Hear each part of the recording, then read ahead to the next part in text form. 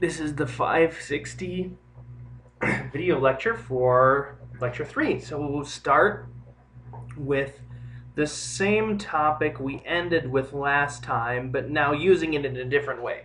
So we talked about using quantitative ordinal data to relate to quantitative ordinal data using a linear model. So we said y, the data, is equal to an intercept plus b times x, or possibly multiple b's and multiple x's. What the point was, we had some data on the right-hand side, we multiplied it by some numbers that were consistent across all the data, and predicted value for y.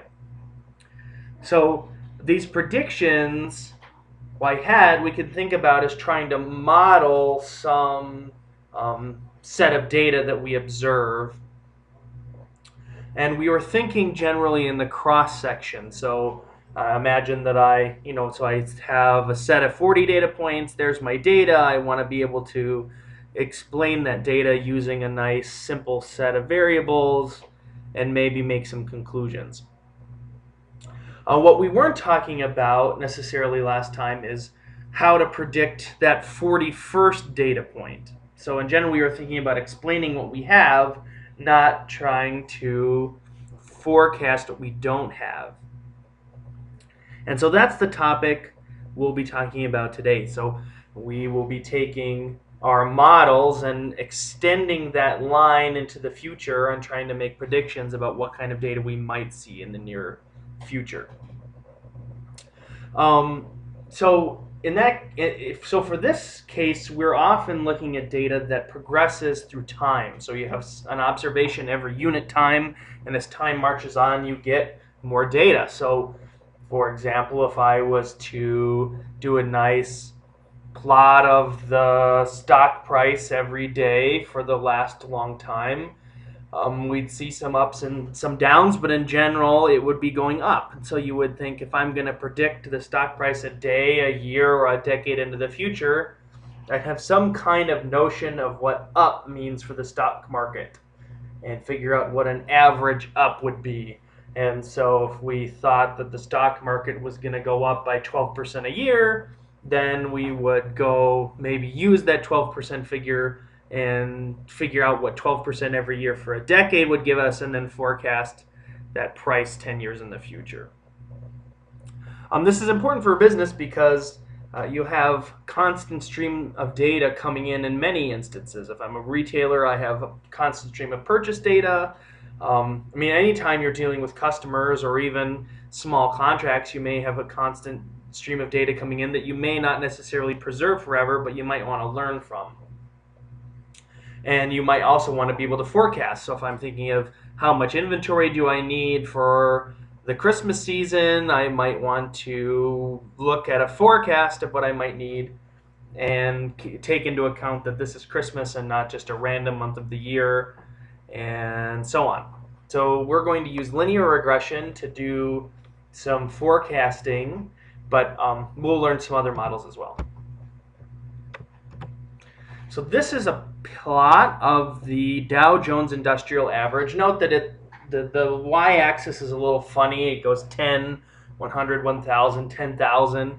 This is just a log plot instead of a linear plot. And the point is that every line you move up in this plot is like increasing.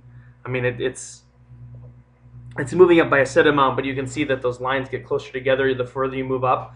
Effectively, all this does is plot the stock price in percentage terms.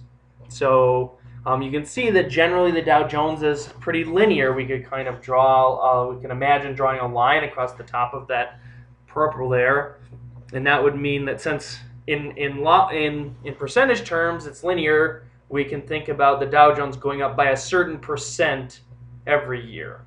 And that turns out to be a pretty good model of, at least for a first cut, of stock prices. So there's that line. So I've replaced the purple with this brown line here. And then I've drawn that best fit line. So you could generate the same result using Excel regression like we did last time. So we have an intercept of 4.286. That's not going to mean that much because we're dealing in log prices here, but the 0.0607 is important. That's saying that for every, now X here is years, so we're trying to predict the value of the Dow Jones Industrial Average in percentage terms by changing the year. And for every year, the stock price goes up. Excuse me, for every year, we get an increase in the stock price of about 0.0607. That's 0.0607%. And the R square on this is 93%. So we really can predict individual stock observations into the future by just assuming that the market goes up 6% every year.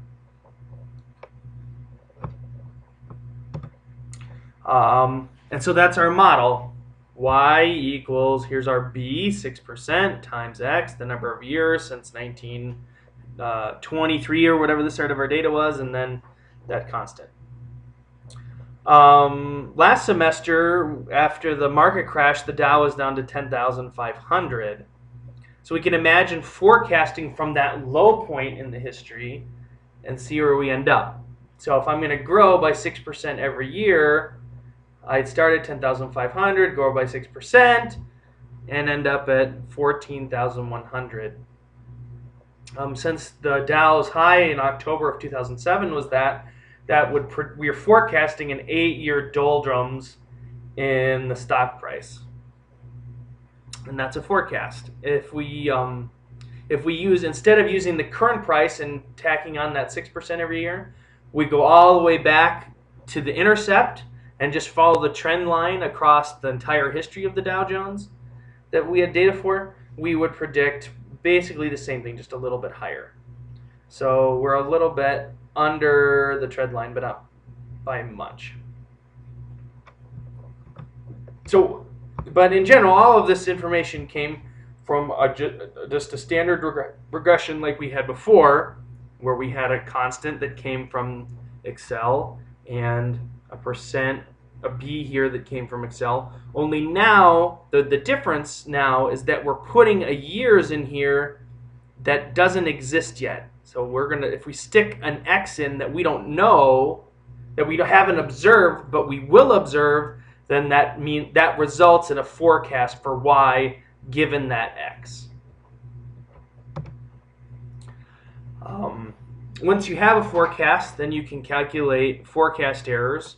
And these are the same errors that we went over quickly at the end of the class last time. So mean absolute deviations, which is the average absolute error, mean absolute percent error, which is the absolute value of error divided by actual.